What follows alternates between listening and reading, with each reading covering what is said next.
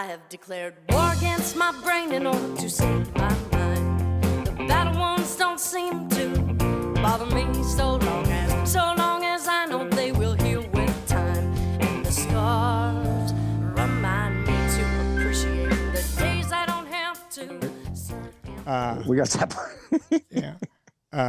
I think that Sam might have had something to do with that movie, and that's where they met. Catherine O'Neill. Yeah, that's what I'm thinking. Yeah. Catherine O'Neill. What? You see that? Yeah. Okay. All right. So hi. Hi. I haven't seen you in a while. No, I know it's been like an hour or so. Yeah. Yeah.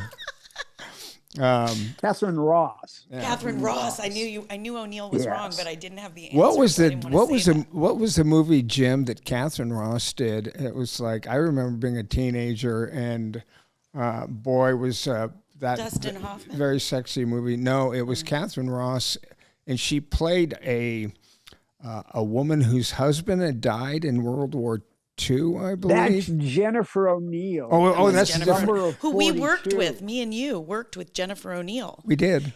Oh, we sure did Okay. in the ride.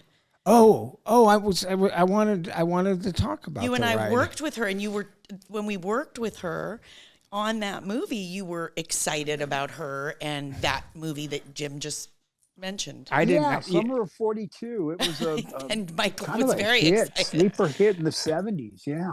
Well, she was a older woman of maybe 22 or 24 or something, and there was a 16-year-old boy that she had kind of a around. coming of age story. Yeah, Is that coming what of it age.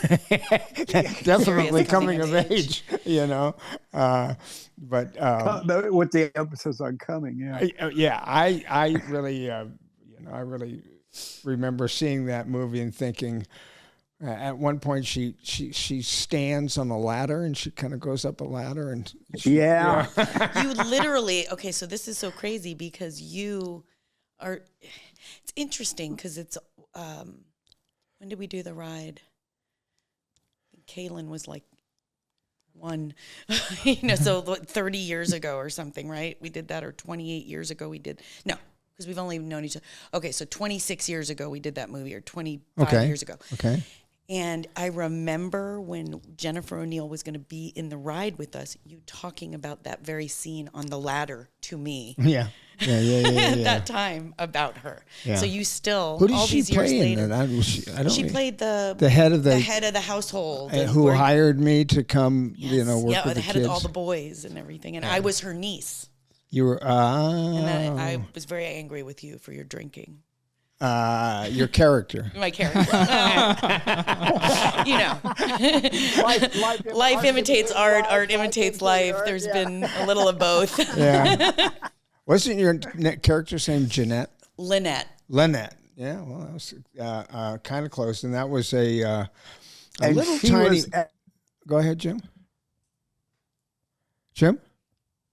I'm looking up the cast in the movie okay. right now. Well, I don't think there was anybody else Franklin in Graham it. was in it, Well, Billy Graham's. Billy Graham, that was Billy nephew. Graham's company that made that movie, and it had a very religious Christian overtone. Redemption. Redemption. Redemption was the main. It Yeah. wasn't like anything but about redeeming yourself from the Yeah, I drinking, played a drunken cowboy in it, and redeemed myself by dealing with some kid who had cancer, and Jennifer. People played love my, that movie. I mean, it's been played on American Airlines forever before they gave you all the choices. Is that You had right? to just watch one movie.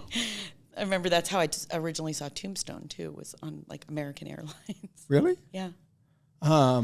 Well, first of all, it's my mother's favorite movie. Oh, And that's I good. had a gentleman in the last, I think it was when I was doing Adam's movie Onslaught, which really? we haven't, we won't really talk about it today, I guess, but just got back from doing Onslaught. One of the crew members on that show kind of saddled up to me and said, can I, what? I think you might have told me that when you first got there or something. I don't. Yeah, I just remember. It's not that usually somebody will come up and say, "Hey, can I talk to you for a second?" I'm like, "Okay." So here it comes: Aliens, Terminator, Tombstone. Tombstone, I just wanted to tell you, like, my favorite movie that you've ever done is The Ride. I'm like, oh. I know, hallelujah. Well, that happens to me with Saved by the Bell. So, like, I'll think somebody's going to be like, "Oh, Dark Angel," Jim Carrey. Yes. And they're like, "I loved you on Saved by the Bell." And I'm like, "I did one episode. I was in a wheelchair." So, I don't know. Sometimes people just gel with something and you don't really realize. Jennifer comes with me when we sign autographs. And it's amazing to me how many people will approach Jennifer and want her to sign something to do with Saved by the Bell, which was one episode of a series that lasted how long? 7 years. Oh, or was it on something. that I mean, long? It was on a long Who was on time. that show? Mark Paul Gosselaar, Elizabeth Berkley, I Mario was thinking it was Lopez, Elizabeth Tiffany Berkley, Amber Thiessen. whom I remember. Yeah, of course you remember. I remember Elizabeth her too. Because she went on She's- to do that Showgirls movie. She's a which friend was of kind mine, an odd actually. cult She should come on classic here. these days. Yeah. Elizabeth should come on. We saw We will her. talk to her, We yeah. saw her recently. She's an old friend of mine. Our mutual friend Ellie, we're like best friends with the same person. And I was literally in the room, in the parking lot, when she kissed her husband for the first time, who's Greg is that Lauren. right? Yeah, who's Ralph Lauren's nephew.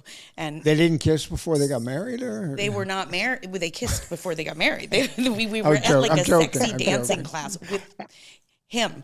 He was with us at this class, and all of a sudden they kissed in this parking lot. And anyway, They ended up getting married? They ended up getting married, and they're still married. And then she came up to me and said, "Can Michael sign this for my kid?"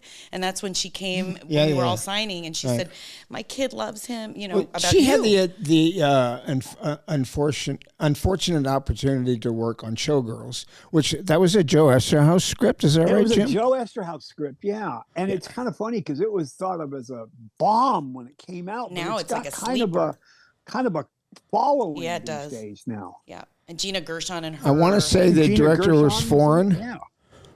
Who directed it? Joe Esterhaus, right? Oh, no. Not Joe. He wrote it. Philip Noyce, right? Philip? No, I don't think Wasn't it was Philip Philip Noyce? Noyce. Who was it? Oh, I met with Philip a couple of times for different Who things. was it then? Jim. This is where you're supposed to. This is where you're supposed to come running in with the answer. Paul Van Hoven. Verhoeven. Paul Verhoeven. Verhoeven. I told you he was Paul foreign. Verhoeven Yeah. directed Close. that. You were close. That's a big deal, right? Yeah, no, it was a big deal. That's a big It was a deal. big deal, and then Well, it I came. remember she was getting because flowers Verhoeven from and Esther, everyone in town, like literally, like basic pursued instinct, by every agency, everything, and then it went so Yeah. backwards, and now she's fine, but Yeah, she's really fine. No, I mean that was one of the movies that not only got poor reviews, but I would say there was something about it that people really wanted to dislike about it, and they really They went were to gunning town. for it. Yeah, they were gunning for from it. the start. And Yeah, it- it was ugly. It was ugly. Yeah, it was and it sad was. because it was she's her such a and nice, her and Gina Gershon. Her and Gina Gershon, and there were and such. She's truly such a. You've spent quite a bit of time talking to her actually. Not the last back time then, but no, yeah. recently, Yes. and I mean she's just back then and now same lovely, kind-hearted, beautiful girl. Hot girl, still hot. And she was I subject mean, to a lot of ridicule after that yeah, movie, too. it was You know, weird. people would laugh about it. Yeah, it was really strange, and she's strong. She's out on the other side. She's fine. I hope she's fine right now. I'm not sure what's going on with regard to the fires and stuff because I think she lives over there. But yeah, I can't. We were talking about The Ride, and The Ride, like I said, is my mother's favorite movie. I had a guy on the set 2 weeks ago approach me and tell me that was his favorite movie, and it was a good movie. obviously it was a pretty good little movie. And Franklin Graham, who was. What's his name? His father's name? Billy Graham. Isn't Billy Graham his Billy uncle? Graham. Wasn't Billy Graham like the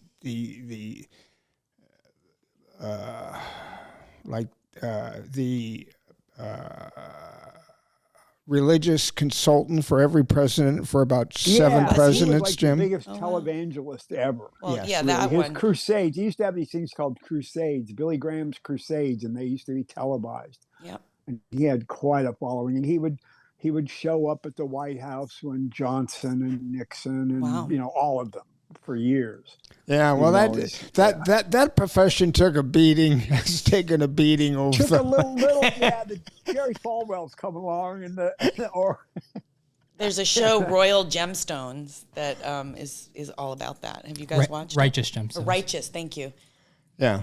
Righteous Gemstones. Yeah. Clearly, I haven't watched it enough, but I knew that it existed. Thank you. You've heard this story, Jennifer, but I Righteous got to tell this Gemstones. story when it comes to the ride. Is I got cast.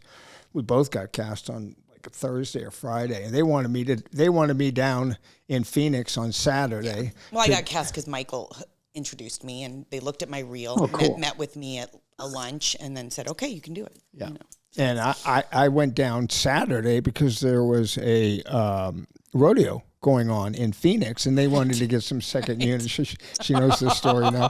There's second unit shots going. They wanted to get some second unit shots, like me getting on top of a bull in the ring, and like all this walking around and all this sort of stuff. So anyway, I get into wardrobe, and they give me those special jeans they wear. Those Wrangler jeans and like the belt buckle with the big thing on it, and I got the cowboy boots on, and I got the shirt on. I got that string tied around my neck, the cowboy hat, the whole deal.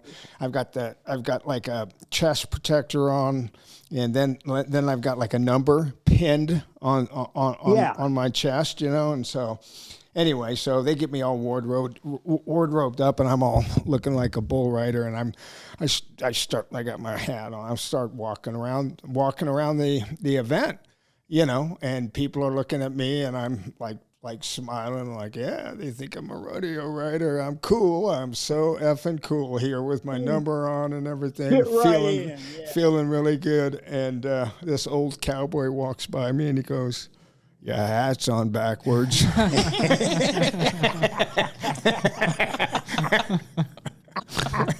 He was feeling so good too. I was feeling like, yeah. He was like, "I'm feeling a my cowboy." oats, yeah. I fit right in. Yeah. Yeah, definitely. Yeah, I remember I was. Oh God. So wait, let me think. Lynette, right? Yeah, and I was maybe. I want to say 21, Well, one of the 22 things, when Jennifer, we were filming one it. of the things about it And they were calling me ma'am, all those Southern boys, those rodeo guys. And I was like, ma'am, wow. At 21 now, it would be like. well, one of the things about us and me going back and looking at you and looking. Yeah. You were so effing young when we met. Yeah. I mean, I was playing 15 and 16 when we met, barely playing 19, Yeah, no, I've gone back now and I've looked at, we can start with, we talked a little bit about the ride. We can start talking about the Jim Cameron. That's the very first thing that I saw that I went like, wow, she was young, and that was like we were together when I got that pilot. I know. We were off and on there. Yeah. Well, we were together. Well, and we were together when I did the pilot, and you came to the party. Then we split up, and you were back with Gina. Yeah. And about to have Alex, which is like amazing because he's here. Yeah. And so it's all the way it's supposed to be. But and then I'm doing the rest of the show got picked up. So I just we'd split up. It was sad, but it was also you were back there, and I was still in the house in Los Feliz, but I was moving now to Vancouver, and I was dating Rico, the doctor. Who was up in Vancouver with me. I'm not sure. I'm not sure which I'm going to release first, but I don't know if his is out yet by the time you're in this. But yeah, you'll know. You'll know who he is soon. A lot of people do. He's got a lot of friends. He's our doctor. He's our doctor. He's going to come in again, right? Really with you tremendous guys. guy. Tell me about what, how that whole Jim Cameron. But people think I got that job because of you. You know, they're Michael, and I'm like, no. Like I had met him nothing to- totally separately. So tell me, did you go in for a casting director, and did you Yes. read for a casting director first? Well, yeah. What I was the read, process? It was the same casting director that cast me in Early Edition. I was also with you during that. It was the same casting people as Early Edition, which was Kyle Chandler, who's now a very big actor. Yeah, of course. And Yeah. I came in to do a big guest star on that. And that same casting director kept calling me in. And he said, well, I've got, this thing, come in. And Do you remember his name? Do you remember the name? All right. Doesn't Don. make it- John. Okay. Don, D-O-N. Don. Okay. It doesn't make any difference. Anyway, Go ahead. You can... Doesn't make any difference. Go ahead. Rich Dawson Kritzer was the casting director. They did Glee. They did a lot of things. But Donald was the one who worked for them that called me in. So I went in. They put me right on tape for Jim, Ray Sankini. They'd come off of the Titanic together, and John. Yeah. And they narrowed it down to me and one other girl after like 1 or 2 auditions. Right. And You had not met Jim at this point, correct? I might have met him once with you. I'm just not sure I'm not sure Okay, if I had okay. met him, but I don't think so. I think you talked a lot about him and Linda, but I don't think I'd met anybody. Okay.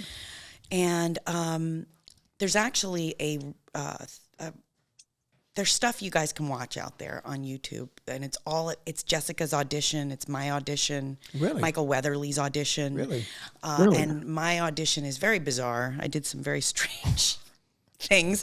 Well, you got but cast. I got so cast, you so might- obviously I was interesting enough. But I think I was Jim's pick. I think that he called me and told me, They're like, like Jim pretty really girls. likes you. Jim likes you for this. He's into it. And it was cool because he had partnered with the guy from the Stephen Bochco show, Chick Egley. Okay. And so they were doing this. And so I go in for the test. It's me and one other girl. And it's like 40 frickin' guys Oh, in boy, one of suits. those. Yeah. And Jim was not there. Jim picked his people, and that he didn't want anything to do with the whole network thing. Like, that's so not his. Yeah. And I think that's why second season, he wasn't as involved. But I don't know. You can ask him, but maybe he'll come do your show. Well. Just I want you to remember what you were just saying. But sometimes, and it really happened to me when I started auditioning again. Yeah. After a long period of non-auditioning, sometimes you can be auditioning, and and there'll be like 30 people there, and it'll be like a little grandstand of people. It's so bizarre. When I tell you how many, you know this because people only know the things that I've actually gotten and done. But it was between me and Deborah Messing and one other person for Will and Grace, and you helped me with that. Yeah. And you didn't get it. And I didn't Sorry get about it, and that would have Sorry been about- a lot sorry of about money later. Sorry about those notes. There's quite a few of those. I've tested for so many freaking things, and I've done maybe 3 shows that I was like either regular or reoccurring on, and then a bunch of guest stars, like 85 credits, right? So like there's so many out there, like you're just grinding. Let's and go grinding. back to the one you got. Okay, So All go right. to the one All I right. got. Let's go back I go to in Jim for the Cameron. suits. I'm a nervous wreck. I didn't do well with that kind of pressure. I don't do well with that kind of pressure. And that's why now that I want to go back to acting again after mommying for 9 years, Yep. I'm not auditioning. People are writing things for me. I'm pitching things, but I'm not auditioning. If I really have to audition, I will, but I prefer not to. So we'll see how that goes. Okay. It's going well for you right now, so we'll see how it bleeds over to me.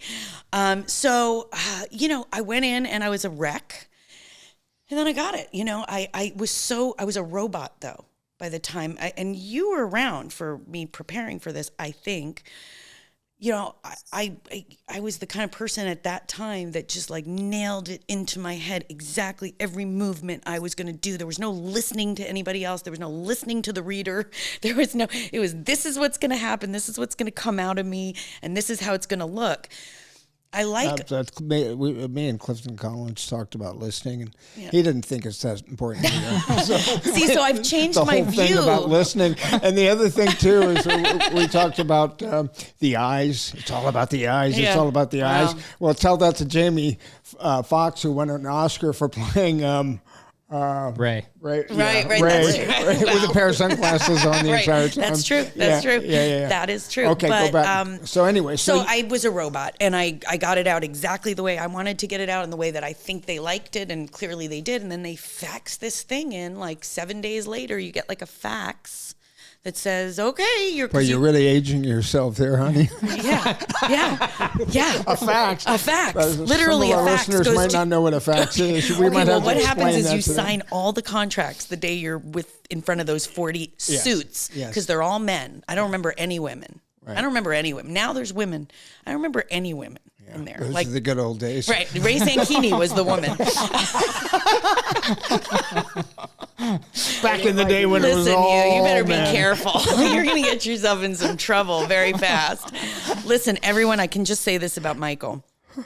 He has a beautiful heart, sometimes completely weird and inappropriate, but has a beautiful heart. So just know that going in, and you'll be fine.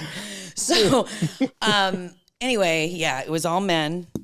Take the times you miss or whatever, whatever it is. Okay. So a week later, after signing all, so that girl that I was up against signed all those same contracts.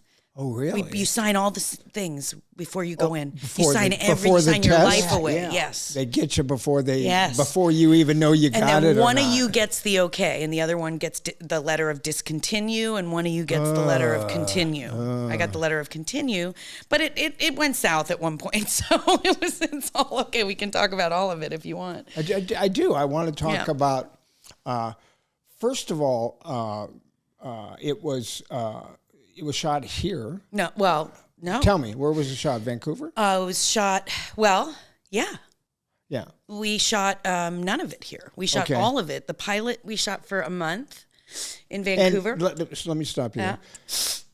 Jim. So Jim directed the pilot. No. Jim didn't direct anything. Jim directed the very last episode. So I've only worked with Jim as a producer, not as director, because I wasn't in the very last episode of the first season.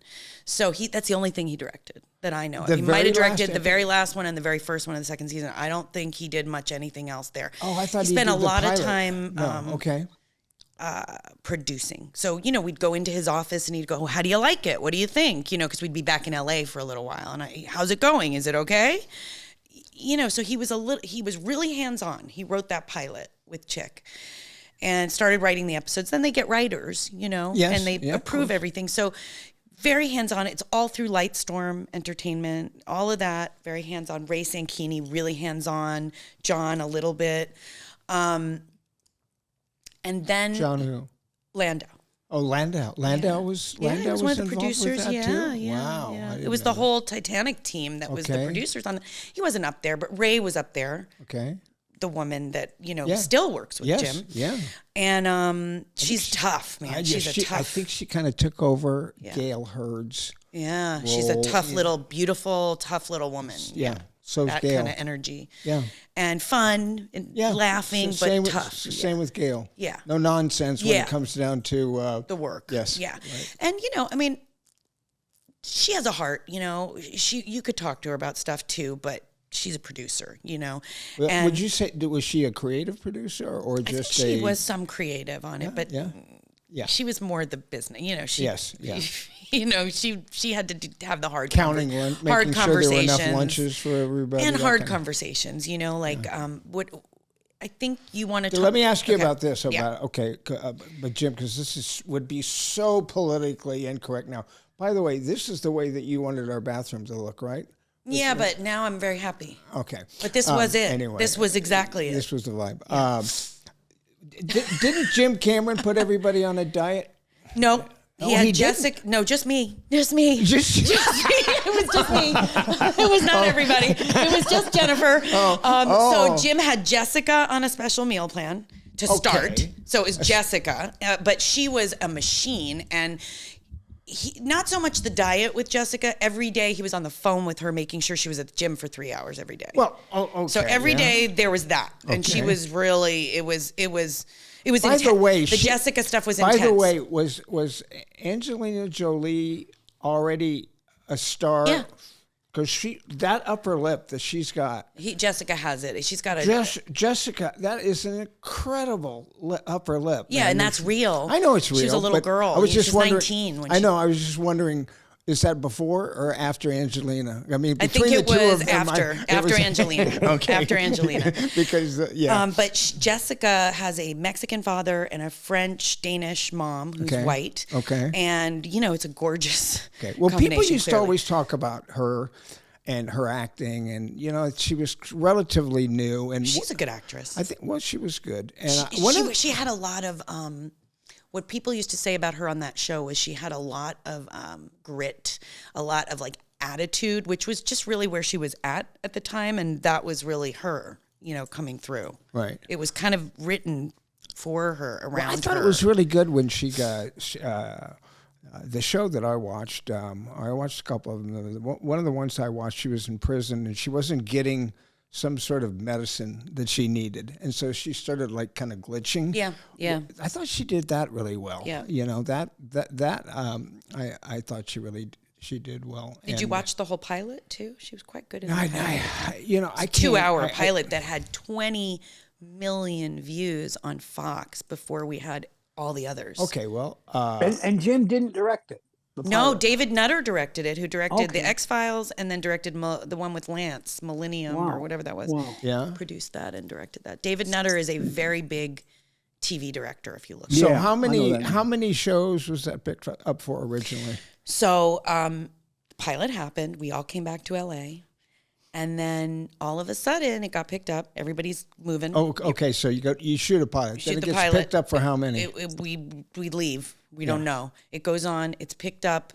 It's through the roof. Crazy. Right. Picked up for 13 Okay. episodes. Everyone's moving. They give you here's like Fox at the time, because it's Fox. It's not NBC. It's not ABC. It's not CBS. It's Fox. Oh, it was oh. Yes. Oh, So there's a right, big okay. difference in Yes. money when it comes to, I'm and- guessing you're getting less with Fox than you would. I still made a lot, and a night it would be considered like a nice per episode fee, but the moving fee was very low. They're like, you're moving, and here's how much you get to move. $200. Good luck. Get an apartment. Yeah, right. So I had like this. I bought like my car was here in LA, the house was here, and I got an apartment in Yorktown in Vancouver. Yes, Is that yes. really cool? Like Yeah. cool area. It was like a loft type thing. Yeah.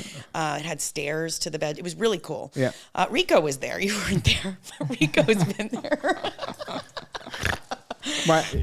My doctor and her former lover. So we'll just kind of leave it at that. I think he's Our even friends doctor, with our doctor. my He's a doctor, wonderful my mom doctor. and stepdad's doctor, Yeah. like everyone's doctor. Right.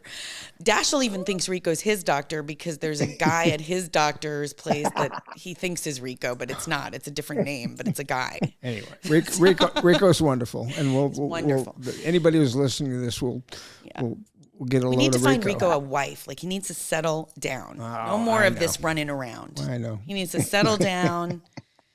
Someone that'll let him go to the Met Gala with, all the guys. Well, he's big friends with the group, Yes, right? the group, Leo the and, group, the group. Yeah. Yes, Yeah. we all know the And group. you. I were- was friends with the group too. Yeah, Yes, back- Caitlin, our son's We're godmom talking about Leonardo was DiCaprio. Leonardo and- DiCaprio's girlfriend for the 2 years, and they Spider-Man introduced guy, me to that what's whole his group. name? And yeah, What's Spider-Man? Toby I McGuire. was Toby. quite good friends with Toby. Yeah. Very good friends with Toby. Yeah. and very good friends with Kevin. The whole group. Yeah. Jonah. I mean, the anyone you can think of from that group, I knew. Well, let's go. Let's keep talking about this, and then I want to go kind of back to your starting, and because you're like, I wanted to. Did you ever take acting classes? Yeah. You did. Okay, because you're good. You were really good in that show. You really had a very. Well, I thought you were the best thing on it. Thank you. On that particular show. Thank you. That show, and Jessica had more time, but you had a. I don't know. You're just, going back and looking at all your stuff, you're really good. Thank you. No wonder why you work so much. You're really good. But let's Yeah. go. So anyway, And you started working young too, didn't Yeah, you? I was on Broadway at 13. Yeah, So. we're gonna go. Yeah. We're gonna get back to that. Yeah. And but I want to get through the whole Jim Cameron experience, and because I thought you'd work with Jim, I wanted to see. I did work with Jim, but only as I would be in his office. We'd be talking. We'd talk about scripts. He'd be up there, then he'd be gone. But I didn't get to work with him As a director like you have. And Right. that's such a loss, because Yeah. that would have been incredible. Yeah, you know. yeah. All right. So Yeah. anyway, so you start shooting, and from what I understand, it was the most expensive, maybe for Fox, but Yeah, it was- the most expensive television show at the time. 1.2, And 1.3 very million, successful. and very successful, Very. like through the roof for the first. That's when he put me on the diet. I started gaining some weight. Started getting comfortable eating. And he put me on this Carrie Lat Wyatt diet, and I had a trainer come to Canada with my mom, Karen Seimer, who we're still friends with. She's still my mom's friend, who's babysat for Dashiell now, and with my mom, she's still in our life here and there. But she smuggled all the food into Canada for me that Jim had me on. And I remember when we came back from Christmas break, I got thin real fast on that diet, and I was working out like crazy on top of it. And I remember the wardrobe department and the makeup department were crying when they saw me, because they were very upset that I was so skinny, and that what had they done to me. And there were people that felt, that it was They not were actually crying tears. tears. Wow. I mean, one or two people, privately, but there were tears involved. Okay. And what have they done to you? Right. You should be able to be you, and, Yes. this whole thing. And we Yes. should. And the world has now embraced all of that in the last 10 years. But I like skinny better than just so I'm kind of with Jim. Like, if I got to talk to Jim this week, we get Christmas cards from Jim, we get all kinds of stuff, but he's not necessarily as readily available to you as he used to be, because Right. he lives in New Zealand now. So, So I would love Jim to tell me diet secrets. I'd love his wife to be around with those books, and I think it's all good, Yes. good stuff. All right, going And back to the I show. appreciate that. So at the time. going back to the show, so you start shooting him. It's going through the roof. It's Yeah. like a big hit, and it's week after week after week. It seems like it's doing very well. Very well. What the fuck happened? What So there's the fuck? three How actors could that got very heavily affected by what happened, and then the show itself got heavily affected by what happened. And I'm not 100% sure exactly what happened, because I only know from my end what was going on for me and what I know happened inside from what I was told. Okay, so what I think happened, first of all, I think Jim maybe took a step back. Maybe Jim was getting ready to take a step back. I think I know that Chick Egley was going to continue on, but something happened with him and the new producers. So I think by second season, Chick was off. The Botchko guy was off. Okay. Jim, I think, was still on, and maybe their names would be on because they're creators, Of course. Yeah. Yeah. But I think everyone was changing. So the producers of Star Trek took over. Okay. Okay. So John Savage got written out. I got written out. And Ollie Mee Ballard got written out. And Who was Ollie Lee Bauer? he is the black guy who was part of Jam Pony. Yeah. Okay. And, it was slowly. But Chick then was getting back involved and was like, you know what, though, in third season, we're going to have you come back. You're going to be with the cop. You guys are going to be working with Eyes Only.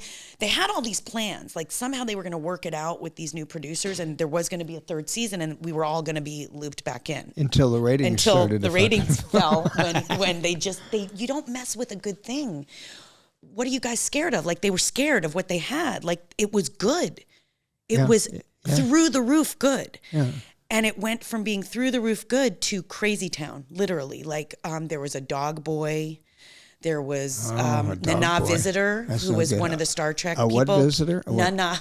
Her name is Nana Visitor. That's the actress's Nana? name. Nana. Okay. So John Savage from The Onion Fields. I know. Like, Yeah, I know. We know John Academy Savage. Award nominated Deer Hunter, yeah. Deer Hunter. They write him out and they put in a Star Trek person to be the bad guy instead of John Savage. Yeah. And I'm going like, what's happening? You know, I'm not alone here. And whoa. So, you know, I was just bummed for me because less money, less work, you know. So did all of you that. do the entire first season? I did the entire first season and then I was out. and then they just said after the first season She ran away with the cop. was that in the show? It shows us kind of, it shows like some conflict and then. Not that yes. cop that you were having problems with at Yes. the beginning, that Yes. big fat Yes. guy. Oh, whoops! I mean, Michael! the pleasantly plump. I don't. How do can I you say cut that? out? Can you please? Because he's an actor, like a nice guy. Well, yeah, I know, but he's Works all the time too. yeah. That guy. Well, he's playing fat He's a guys. bigger guy. Michael. Okay. Blooper. Bleep that out. Oh my God. So inappropriate. Your character ran off with that guy who Yes. was trying to get you to pay the Who I rent. was spitting in his coffee. The same one I was spitting in his coffee. I ran off with. Ah, that's horrible. I didn't know that. That's terrible. So. I don't like your character as much anymore. Okay, go ahead. So, Chick at that time when it was all going down and it was like weird because we knew what was happening and we still had to go to work knowing what was happening. You know, you got to go to work still and of course. film while you know what's unraveling. And so it's very uncomfortable. And I already had a really uncomfortable situation with this one girl there. And so, you know, you go to work and it's like, it just becomes what was really exciting and fun and ratings through the roof. It becomes weird for somebody like me, for somebody like Ali, me, I'm sure for John. For everybody else, you know, it's just, okay, we got our jobs at least. This is weird. It's changing. There's going to be some new people in. But I think, you know, the diehards that loved Dark Angel stuck through season 2, but the ratings when, you know, they had to change nights. They went from like 20 million views and like 16 million steady to like, I don't know what, but I know enough that by end 15. of, who knows? I mean, by season 2, it was canceled. It was done. So there was no eyes only connection. There was no bringing, supposedly these characters were coming back around. They were going to all be, but there was none because that was it. And I've never seen Jim Cameron be involved in a TV show again after that. So I don't know if it's because he watched the Suits just implode, you know? Yeah. Because I think that's, if they just let Jim Cameron do what Jim Cameron wants to do, Yeah. they would have continued with the success.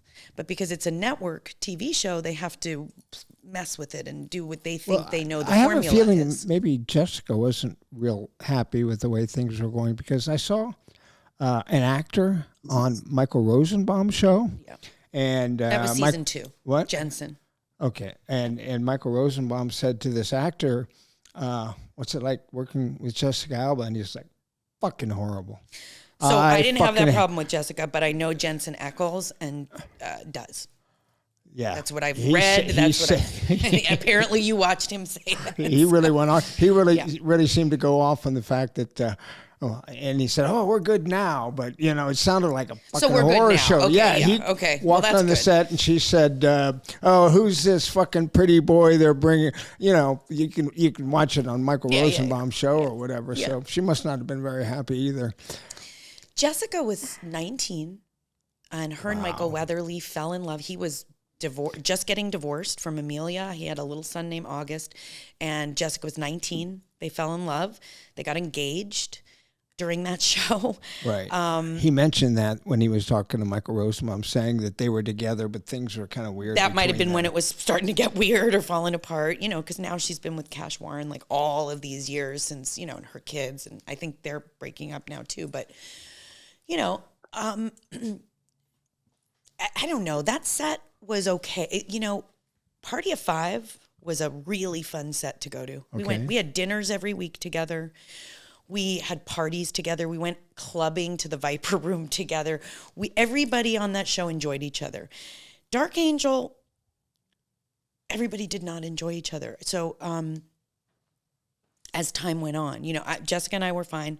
I did not get along with the girl who played original Cindy, not by my doing. She just decided she hated me and kind of made my life miserable, and it was difficult for me. And I What's her did a name? lot of What's her crying. name? Valerie Ray Miller. Okay.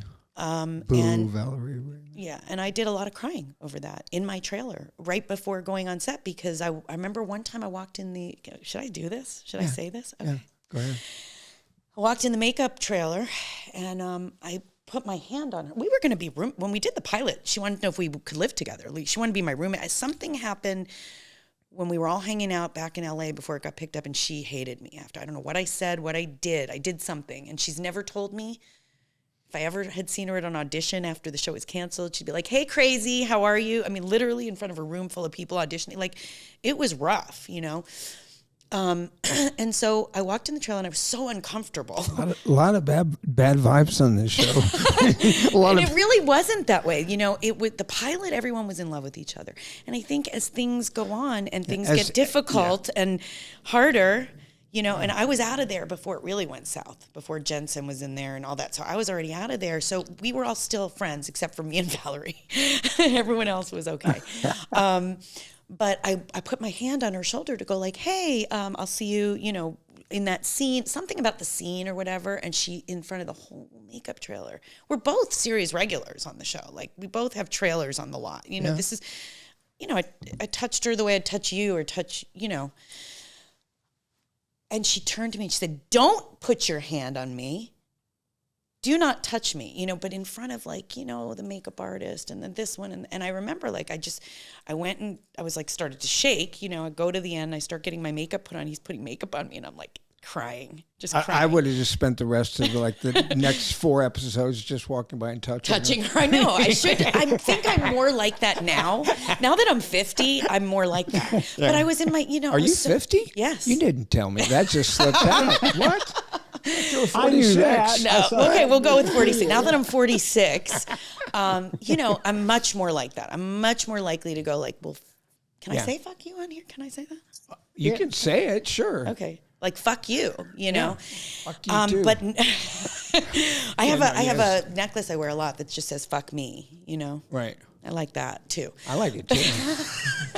Anyway. So, you know, but I was not that person at that. I was so insecure, so greatly insecure, that I went to I could cry now, like, because it, like. Don't cry. I'm going to try not to, but, like, it's that raw for me that I remember I went into my trailer, I sat there, I was in hysterics. And then they called me to set. So I got to go have my close-up with her doing off camera after she's pulled this number, the usual, like, I'm going to, like, jack you up and whatever number. And then she comes up to me, like, kind of in front of the camera, like, and, like, puts her hand on me, on my shoulder, and goes, "We're okay, right? We're good, right?" And it was just such a mind fuck. I think they call that gaslighting now.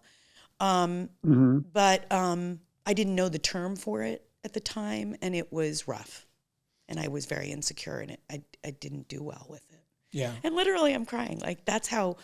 Okay, I'm going to take you out of that. I'm going to take you out of that, because let's talk about Party of Five. Okay. Because that'll make The you Viper Room. Good. That'll make you feel better. Yeah. You know. So tell me, Party of Five, you still had dark hair. Right? I did. And so Caitlin was dyeing my hair during that time. Dyeing it dark, or dyeing it it darker. So you had, were you ever a blonde before that? I was always like a mousy brown with blonde highlights in my hair. So that's why I can go blonde so easily, because everything else is so light, because I had that blonde streaks going through. But I was always like this in between brown. So I could either go like way darker or way lighter.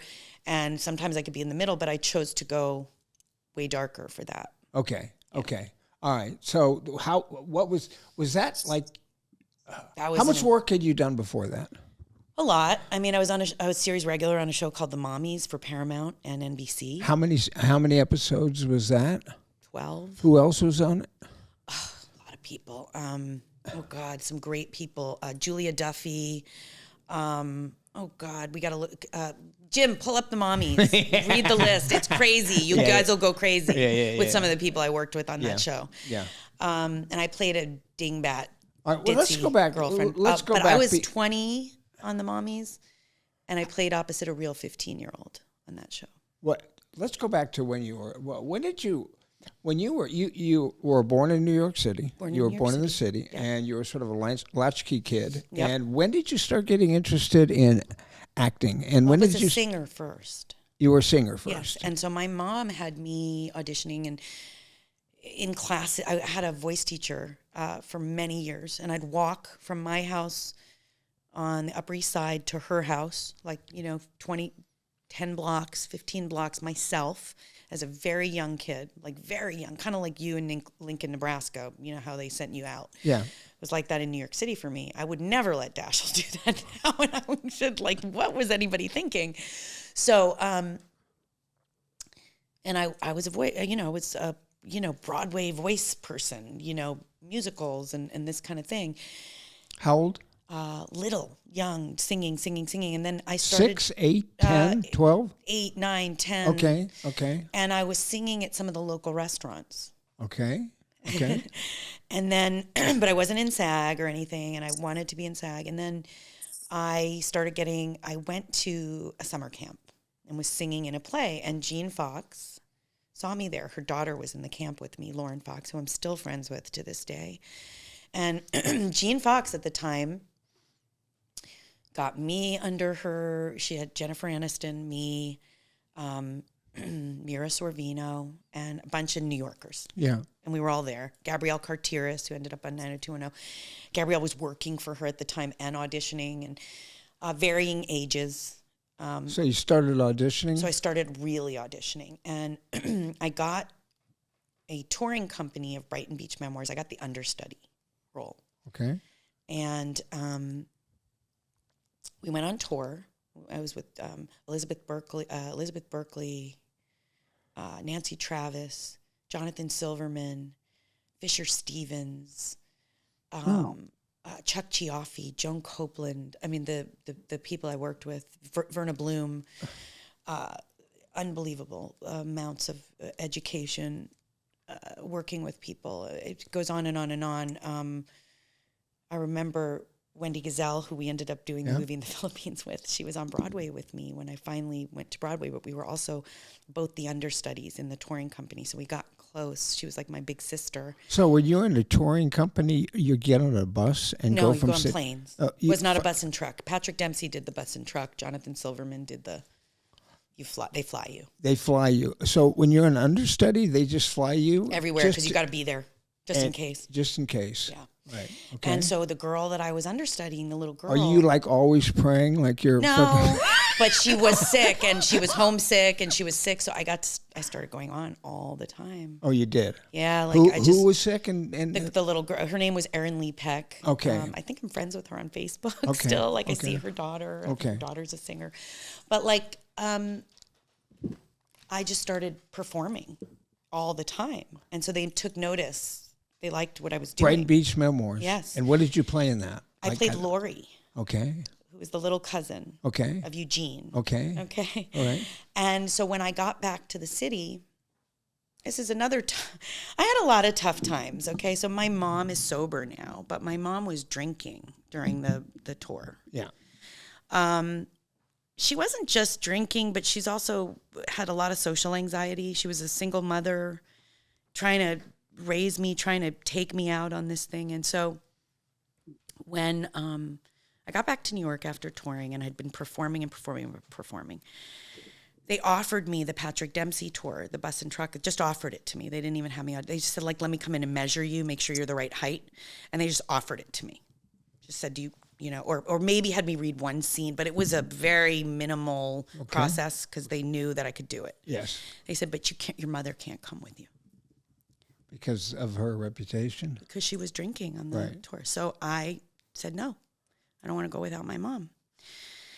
And so that was another really hard thing, to deal with.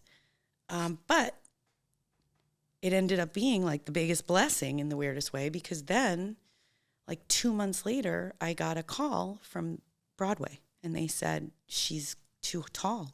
Lori can't continue. Do you want to do it? We're just offering it to you. You can on stay Broadway in New York City? And he just said, do you want to do it? And I said, yes. I want to do it. Yes. And then I did it. For how long? Like a year Really? and a half, maybe. A year and a half? Yeah. what is it? 7 days? Like 6 days a week. 6 days a week, but 7 performances, 7 right? performances a week. For a year and a half. 8 performances a week, 2 and 2. On Broadway. Which theater do you remember? 46th Street Theater, which is now, I think, the Neil Simon Theater. Wow. Really? Really? Wow. Pretty sure. Or is it still the 46th Street Wow. Theater? And Ricky Lake, who was like 5 years older than me, we went to school together, but we were friends, came and was like supporting me through the whole thing. We're old friends. And she was about to go do Hairspray at that time, which put her on the map. Yep. Yeah. And so, you know, I went to school with all those kids. Like Christian Slater was like 5-6 years ahead of me. I had a big crush Who on else him did when you I go to was in school with? 5th grade. You know, Yeah.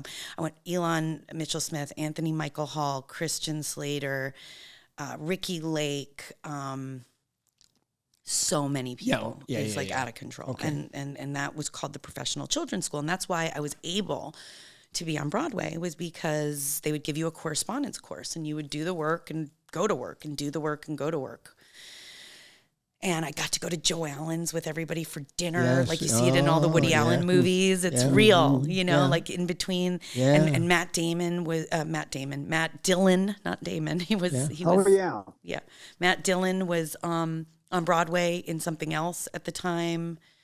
And Matthew Broderick was on Broadway in Biloxi Blues at the time. And Jonathan Silverman was doing Broadway, and I knew him from the tour, and we knew each other, so it was great. And then Johnny left to go do Biloxi Blues when Matthew Broderick left, and somebody named Nicholas Strauss came in and took over after Fisher Stevens. It was Fisher Stevens, then Jonathan Silverman, then Nicholas Strauss, and Robert Sean Leonard. Wow. And so you do that for a year and a half. How does that end? I mean, I think you start aging out. You start kind of going like this, you know, like I'm still lonely. still really small. You start aging out. I see. But then I got an off-Broadway play that was written by Susan Sandler, who wrote Crossing Delancey Street. She wrote the play and the movie. And she wrote this little 2-person off-Broadway play. There was an off-Broadway theater called the Jewish Repertory Theater that was going to do it. Susan Sandler's a Jewish writer. And I did that off Broadway for 6 months at 15. So I went from like 13, then 15 with this woman, Beth, and I can't remember her name. She's a big theater actress. Okay. But Susan Sandler was the big key to that because she wrote it. Okay. And it was a 2-person right off-Broadway play that I did at 15, you know, which is now, like hard. You're doing I don't think I could do that now. When you're doing off-Broadway like that, do you get paid? You get paid. It's equity. I mean, there's Broadway, then off-Broadway. Then there's off-Broadway. Then there's like, okay, we don't exist, you know, or in anyone's mind. Right. You get paid for all that. How long did you do that? That's 6 months, 7 months. Wow. You know, and how I was old a real were you? theater how person. How old were you at this time? 15. Oh, you were 15 by 13, then 15, or 12, 13, then 15. Yes, okay. And then the thing about theater, though, is that when I came out to LA to audition for the pilot season, which I got, the Kenny Ortega show, but I got it because Is Kenny... that Whole High? Yeah, Whole High. It was called Hell Street High, but they couldn't, when they picked it up for NBC, they couldn't call it Hell Street High, so Whole High. But the Kenny Ortega show makes sense because he was like a theater guy. He's a dancer. He's bigger. Every other audition I had, they were like, she's yelling at us because I was like a theater actress, you know? So everybody was like, she needs to like bring that shit in. Like, that's like, wow, you know?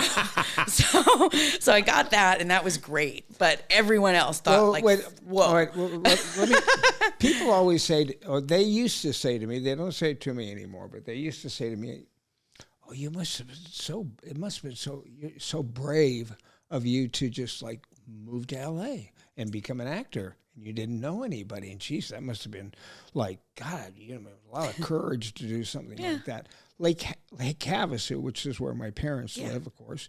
It's like, now it's a 5-hour drive. It used to be like a 7-hour drive. So I went out to LA to become an actor, but every time I got down, every time I got excited, every time anything happened, I could always just drive home and spend the weekend or spend a week with my folks and then come back.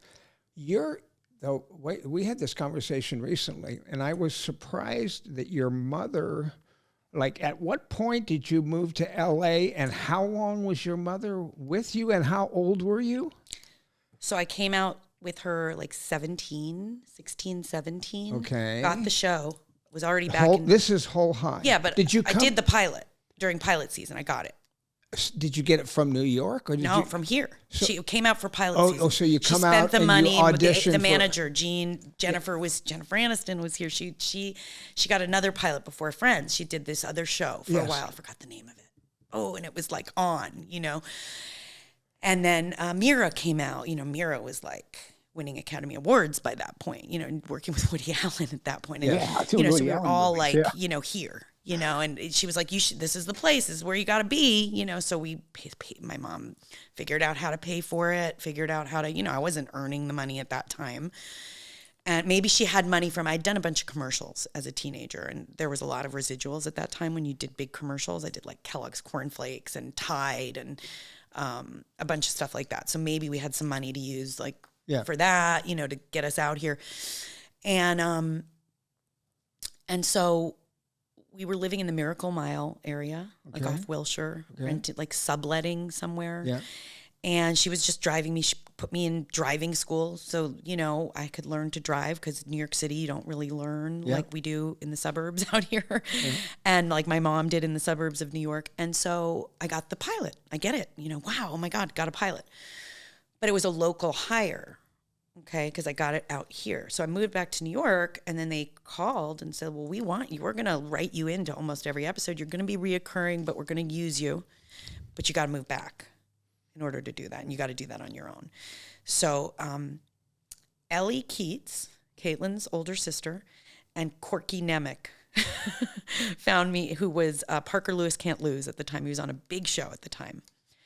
Went and found me my first apartment on Beechwood while I was in New York. They put down a down payment for me. I came out, and that's where I lived I passed. How old were you? I was 18 by then. 17 or 18. 17 or 18, and your mother just I left. I came out here. She came and visited. She'd go back and forth. And then she met Randy. She met her husband one of the visits, and then she moved here and started being here with me. But it was about 2 or 3 years that I was here alone. You were out here on your own, Yeah. 17, 18, 19. Yeah. Wow. Yeah, I know. I think Beechwood. about that now. That I was so young, and I don't think I would trust any teenagers that I know now. Barely trust 20-year-olds to do things like Right. that. So I was, I don't know. I had a Toyota Corolla hatchback, lived at this little apartment on Beechwood, and I was auditioning. So Whole High Yeah. was that is a show that was like a musical. It was a musical. Correct? It was Cop Rock and Hull High were the Cop Rock. two musicals. And they both kind of on happened at NBC. the same time, Yes. right? And neither one of them Lasted. Lasted. Past the first season. We did Pop rock, I remember Yeah. now as being really kind of object of scorn. It was an object of scorn, and thank God, because of Kenny Ortega, he was really looking for his High School Musical, and this is where he started that with Hull High, Well, and the Kenny dance Ortega numbers was- and the What, Jim? Kenny Ortega was a guy that we always turned to when I was working at Paramount. We Yeah. turned to for movies like Flashdance and Yep. Footloose. Yep. So he was a major figure choreographer. and Yeah. the choreographer The really guy. at that time. And he was Yeah. like Jim on Dark Angel. He was the executive producer of Hull High, the choreographer, the creative. I mean, we dealt with Kenny. That's who we did. And Yeah. he was also Yeah. designing all of Michael Jackson's tours at the time, Mm-hmm. doing all the choreography for that, and Janet Jackson and Paula Abdul, all of them. Yeah. In demand. The guy was In in demand. demand for sure. Yeah. And then he went on to do High School Musical many, many years later, which finally people accepted, but it took a long time till Glee and High School Musical for people to really accept this kind of. Yeah. And now Amelia Perez is going to win the Academy Award for Best Picture, I think, or The Substance, but I think it's going to be Amelia Look what Perez. music did for the Joker this year. Well, I know. I liked Amelia Perez a lot. I know that, anyway, we'll see. We'll see where it goes. So, yeah, I was not in the musical numbers, and I didn't do any singing in it, even though I'm a singer. I was a straight person. I was just an actor. And in Grease, the movie you're in, how they had the two dingy ladies in the office dinging the bell and making the announcements? Yes. That's who I was. I was the dingy one, and then there was like a really kind of goth one, and we were the ones who made all the announcements for the high school every day. Okay. And they would cut to us, and it would be this little comic relief thing that went on. Yeah. And we were like those two ladies in the Grease office. Okay. In that show. And that was my job. That sounds like a pretty good gig. It was fun. It was great. I'd come in going like for 2 days a week. right. Get paid. Yeah. It was Disney and NBC. NBC's good, Disney. Yeah. And we love Disney. Disney owns everything. But at the time, Disney, what started as a series regular was reoccurring, so they pay you a little less. I mean, I don't know if I should be saying this because I want to work, but I'll take whatever now. I just want to do the jobs. But at the time, had I been a series regular, which was what I was supposed to be, your paycheck would have been bigger. Right. They So found a way to downsize my downsize your money, right? And, yeah. And still, yeah. And you still want to do it. You're an actor. course, You're of loving course. every minute of it. You're new. I'd never done anything. Where'd they shoot that?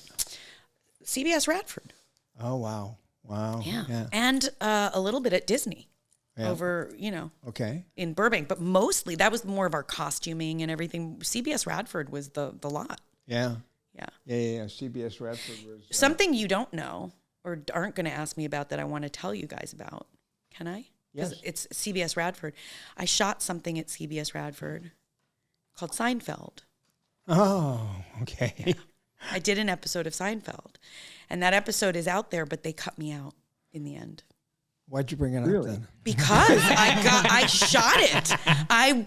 I performed that. I don't think they You cut must me not have been very No, good. I was really good. I was really good. You were so good that you threatened Seinfeld. And It was no. It was they shot too much. They always shot too much. Okay. They lost me. I was the girl who worked at the Gap, and I had a big thing with Michael Richards, and it was awesome, and it was so good, and I wish I could find it somewhere because I think Was Michael throwing the N-bomb around?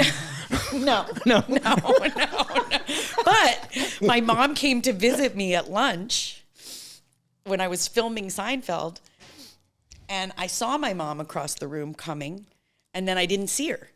And she of course caused like a big catastrophe at Seinfeld, CBS Radford. She was on the ground, and another catastrophe my mom's causing at my work. Is she sober at this point? Yes. And so all of a sudden, Michael Richards picked her up off the floor, and she looked at him and said, "I did what you do." Because that was his thing, Yes, of course. Yes, slipping and falling. Yes. So they were buddies. But Jason Alexander, who I know I think. Yeah, I went to school with his son. Yeah, came up to me while we were filming. He was like, "You're so good. You're so." I don't think he knew they were going to cut me out at that time. Yes. I wasn't going to make the episode at that isn't that time. sweet? Yeah. Sweetheart. Yeah, Yeah. lovely man. Yeah. Yeah. Okay, well, I wanted one of the things that I rewatched too that I also thought you were very good in, and although there were some telephone conversations that we had Yes. that I said, well, you might want to try this, you might want to try that, is Friends Till the End, Yeah. which was a television movie with Shannon Doherty. And Shannon, was she on 90210? Is that where she got famous? And she just passed away recently, 6 months ago or so. Yeah. See the tears coming. Well, Shannon passed away. Then my biological father passed away of cancer. Cancer's, We're going to keep this up. Okay, sorry. Well, I think it's interesting anyway for people to know the whole deal. Shannon did just pass away of cancer, and we had just seen her. Yeah, we did. Listen, let me ask you before about that. doing that show. Yeah. How did you get cast for that show? So This is Friends to the End, and you were really good in that. You were really good. There were a lot of people who wanted that role too. I think Jennifer Love Hewitt wanted that role. I mean, there were a lot of people who wanted that role. It was a feat to get that role because there were people that were good and singers and had more credits than me, and so I auditioned, and then I just kept auditioning and auditioning on it, and it just kept going down the thing. And all the way to whatever the test is you have to do. It was an NBC sweeps movie is what it was. Sweeps week. Yeah, I it was remember a that. sweeps week movie. That's for NBC. one of those one of those phrases you don't hear anymore. You don't have those anymore. That in, Nope. But Jim will exactly know what that is. I don't know, Kaylin, if you know what that is, but I do. You do. Okay. Wow, you do? Yeah. Is it because you just know about it from back in the day, or because I've heard a lot of people talking about it. about that? Yeah. It's just one of those things. I feel like when I say it, most people look at me blankly. Yeah. Yeah. That's why I'm shocked Yeah. when somebody actually knows. Like, what why, are you talking Jim, about? why, It was do a you, VH1 do you know why? movie. Because I've heard it like 2,000 times in my life, and it's Sweeps Week. Why was that week? Or do you know anything about why that was an important? What Sweeps Week was all about? Well, there were a couple of weeks a year that would that the advertisers would peg their fees toward, like or what their It was about advertising. what the networks could charge advertisers were based on certain the ratings for certain weeks, and they would call that a sweeps week because you would try to put on your shows the strongest shows you had to get the highest ratings, because that would set advertising rates for the next 6 months or so. And they already knew it was going to be the strongest show because Shannon was literally at the top of the top of the top of her game at that time. She And was now Shannon, 90210 Shannon had a coming off that right before Charmed. really rough reputation. That's just my, that's just what I heard, like over and over and over again. I don't know if I was reading.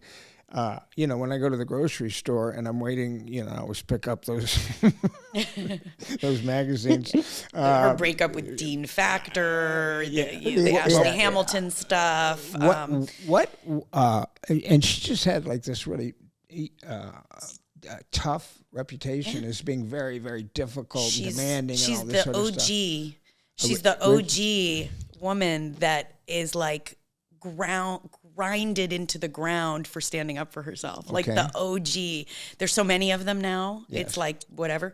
She is the OG of that. She stood up for herself, and therefore she was considered a problem. Because I know you had a wonderful experience with her. So. I was very close with her. And you played a role that was, you're singing with her. Oh, you were in studio, acting, like in...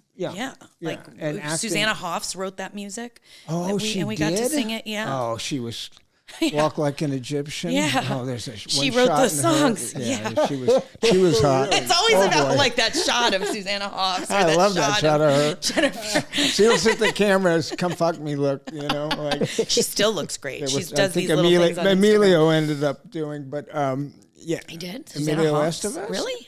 Yeah. Susanna Hoffs? Emilio Estevez, Hoff, the singer, from the Bengals. Yeah, I thought she didn't got know. married. I thought he was with Paul Abdul, but maybe he was with a lot of singers. Okay, so I went to NBC in Burbank. Okay, and anyway, there were lots of auditions. Then there was like the test. Then there was like the network approval. Got the network approval. Then I had to get the singing approval. And do it with Shannon and get the Shannon approval too, probably. But, they wouldn't say that. But I'm guessing it would have to, at that point in time, I'm guessing it would have to be like she had to feel good about it, us working so closely together. So that time I knew I was like totally in, except they needed to hear us sing together. They needed to hear me sing the songs. And we went over to some studio somewhere, and she and I just really got along right away. I mean, I was very self-deprecating. Always. I was never somebody who was going to try to one-up her. I didn't go in ever feeling like I needed to compete. And I don't think she did well with people that competed. That was really the big problem, I think. If somebody felt they needed to compete, that's where it would start, There was a girl on our set of Friends Till the End that was a little like that now has gone on to be quite famous for marrying a lot of famous people. Her name is Shayna Mokler. Okay. She was married to Travis Barker. Who did she play She played one of the sorority girls. Okay. There was one sorority girl that didn't say anything that was gorgeous. She said a lot, but she Okay. didn't say much, and that probably was her. Blonde. Yeah. That's her. Yeah, it's got to be Okay, her. 'cause She looks out like of all the Barbie. sorority Like Barbie. Yeah. That's yeah, her. Okay. She didn't do so well with Shannon because she. Okay. I'm like snotty. Sorry, excuse me. She didn't do so well with Shannon because her whole vibe was, I just want to be a star. Not like I want to make a good movie.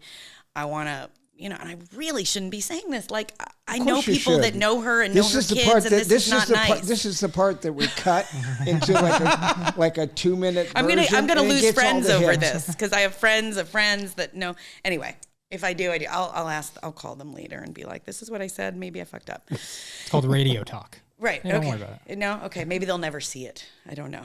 We'll see. So Shayna, I was fine with Shayna, but I started not being fine with Shayna as Shannon got a little more riled up about the behavior, and there was definitely a riff there. Shayna wasn't there all that much. No. But years later, I go on to see, she married Oscar de la Hoya and had this beautiful Alabama, who is now works at, big agency, beautiful girl, her own thing. And then she went on to marry Travis Barker, who's now married to Kourtney Kardashian, but is the mother of 3 of his children now. So, she had her fame in other ways. Yes, she did.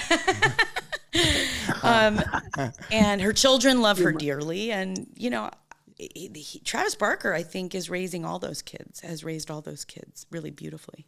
Right. With her and also in his house. But they didn't get along. I have no idea what. No, on the show, they didn't get along. Shannon and Shayna Mogler definitely. And she didn't even have that much to do, really, if I'm not. She was there all the time because we were always doing the sorority stuff. That's where I first met Brian Green, too, is he came to visit Shannon. And she introduced what's his us. name? Your old boyfriend was the singer. Well, he wasn't my boyfriend at the time. Okay. He was married, then divorced, or I don't know what the That situation. never stopped That never stopped you. Okay, Yeah. let's Listen. no. You started it. We're gonna go there. Let me just clear the air here. When I met Michael, I was 21. I had a boyfriend at home that I was having problems with. But I was in a committed relationship, and I hadn't even been to a strip club in my life. He took me to my first strip club in the Philippines. So he told me. As you do. And listen, I was attracted to him, all the things, I'm guilty as charged. But he told me he was in an open relationship, and I was like, is there such a thing? Like, is that a thing? And he was like, oh, yeah, that's a thing. So you might want to cut this out, Kaylin. You're talking about my producer's mom. I know, because you freaking went there, and I want to clear my air on this in front of the producer. So if you want to cut it out, because Gina and I are so good now, I don't think we need to No. And she's so ever since Dashiell has been around, she's been such a wonderful mom of Alex and Kaylin, and sending gifts for Dad. It's come so far. I know. We don't need to dredge it up. No, I know. But it was hard. It was tough, and I by no stretch of the imagination was innocent, but I was sold a bill of goods a little bit. Well, Jennifer and I were not quite as tactful as Brad Pitt and Angelina Jolie, who I guess fell for each other hard After the making divorce. Mr. whatever it was, and that they stayed away from each other until they both could go break up with their spouses or whoever they were with, and then they jumped into bed. And listen, I mean, you had a first wife, and then you had Gina. So you have. I think we know where this goes all back to the man, Michael. man? It does? The man. Well, you have had 3 wives, right? I mean, we'll just leave that with you.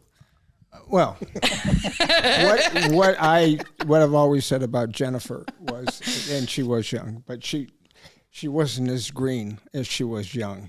And that's I think he turned me out, actually. I think I was. But anyway, we'll just move on.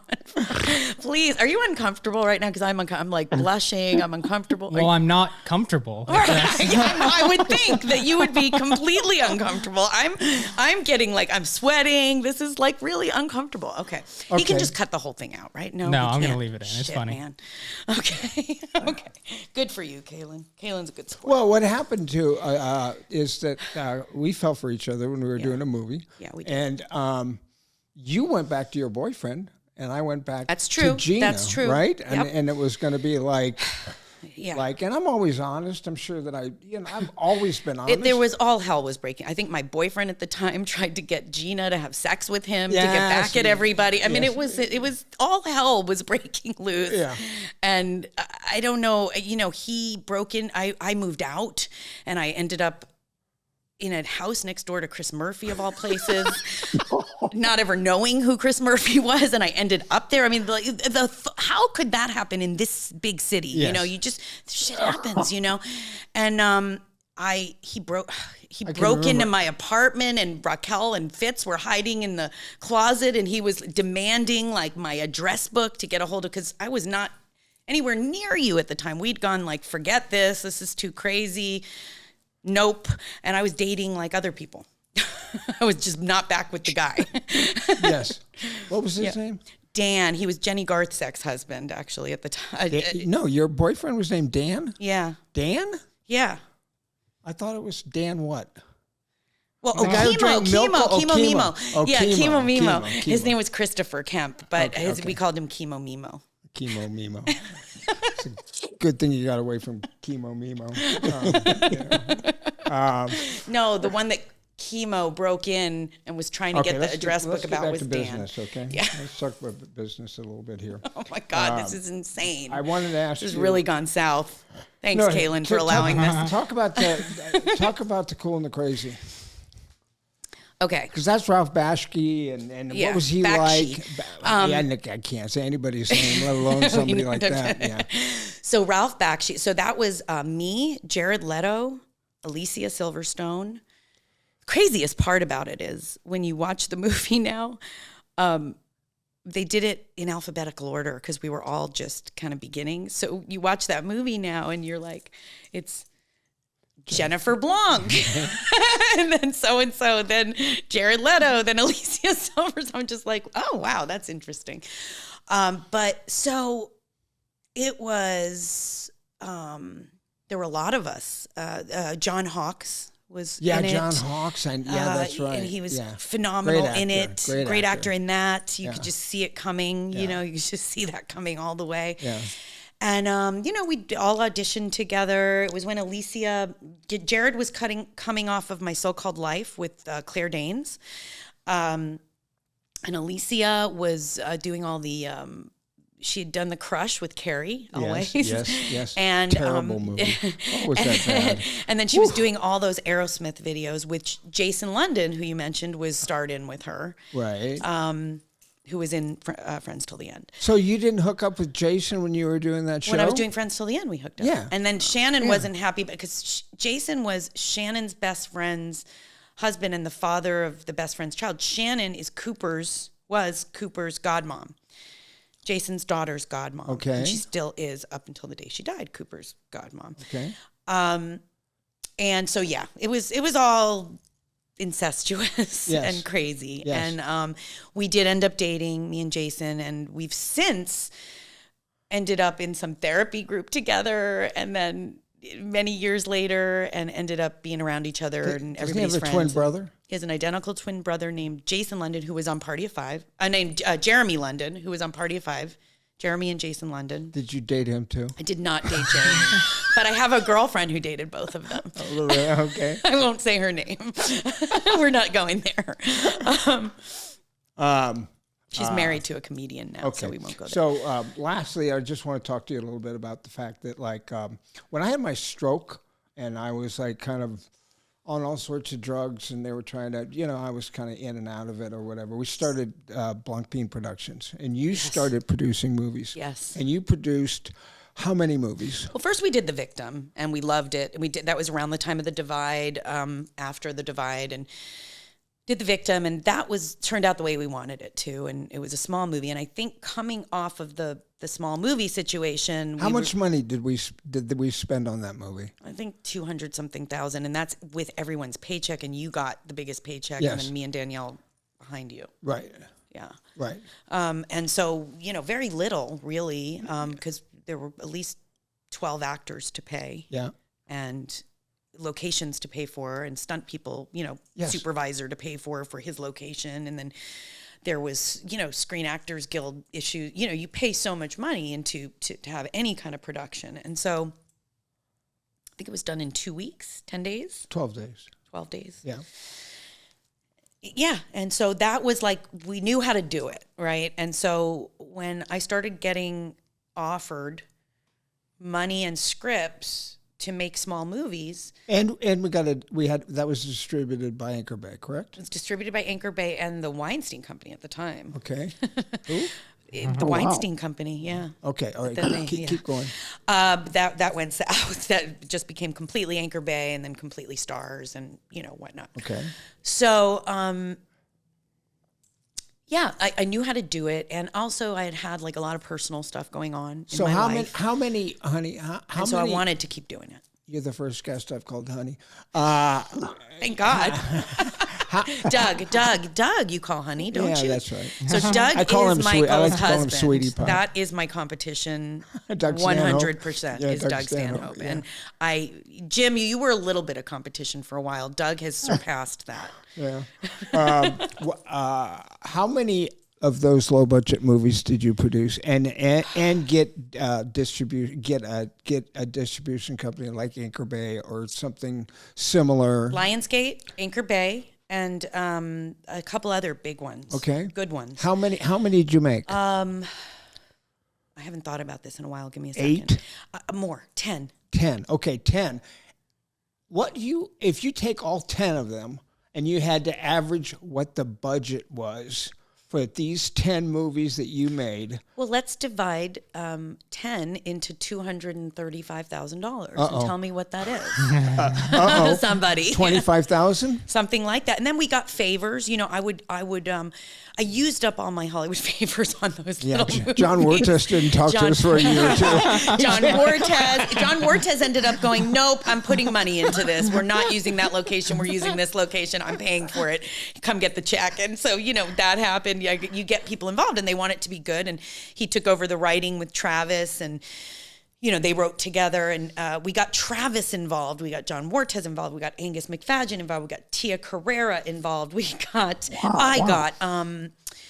else did I get into some of these movies? And working for very little, believing in it with me, and getting distribution, getting them edited and distributed. So you were let's just say that you made 10 movies or 8 or 10 movies for on average $20,000 on average, but then I would get a $50,000 camera gifted because somebody would they could take a picture of you or Angus or me. I was very creative. You were a very, very good producer. You were a very, very good producer. Too bad I don't really want to do it that way anymore. I've told people you can hire me to produce anything for you. I'll take a paycheck, but I'm never going to produce that way again. Yeah. Never.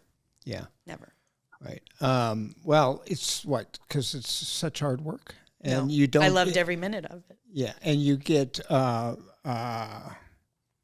much money did you and I, you were making these movies for $20,000 a piece. $20,000. Yeah. That's like, I used to get per diem that was like $20,000, But so you were making them. We had crews of 30 people that got paid, by the way. You've never heard from one crew member that they didn't get paid. So they got paid. Yeah. I got them to work for very cheaply. And after a while, they go I'm not working for $100 a day Okay. anymore. So how much did, because my name was put on that, you were asked a favor. I was asked a favor, put my name on it, Michael Biehn, executive producer or whatever. You said, sure. Yeah, and I had really nothing to do with it. No. I didn't. I came in once or twice. And he would do a few lines for us. He would put his face on screen. He was helping. He wanted me to be happy. How much money did you made 10 of them for $20,000. How much money did you and I make? Zero. We're out money from it. Yeah. We're out $70,000 from it. Yeah. Plus some. Yeah. So anyway, but that's but that's low budget filmmaking, by the way. And I know, but that happens in movies anyway. Yeah. Like nobody makes the studios money. Probably have. I've seen the reports from the studios. They're making some money. Right. But, you know, you're so desperate to get your film with Lionsgate and out for public consumption and with stars, and that you're basically like, okay, yes, give me 25% of whatever. Yes. You know? And so when you start getting the 25% of whatever, and then it has to go back to pay back PR and right off the rug and this and that, there's a lot of factors that Jim probably knows about, actually. Yeah. Well, Just from Jim agenting and just hearing told me about it. that about And Jim Jacks and, you know. about a friend of his whose house just burnt down. Yeah. And he said he bought the house. He was living in Hollywood. He bought the house because he won a lawsuit on White Men Can't Jump. It's Ron Shelton.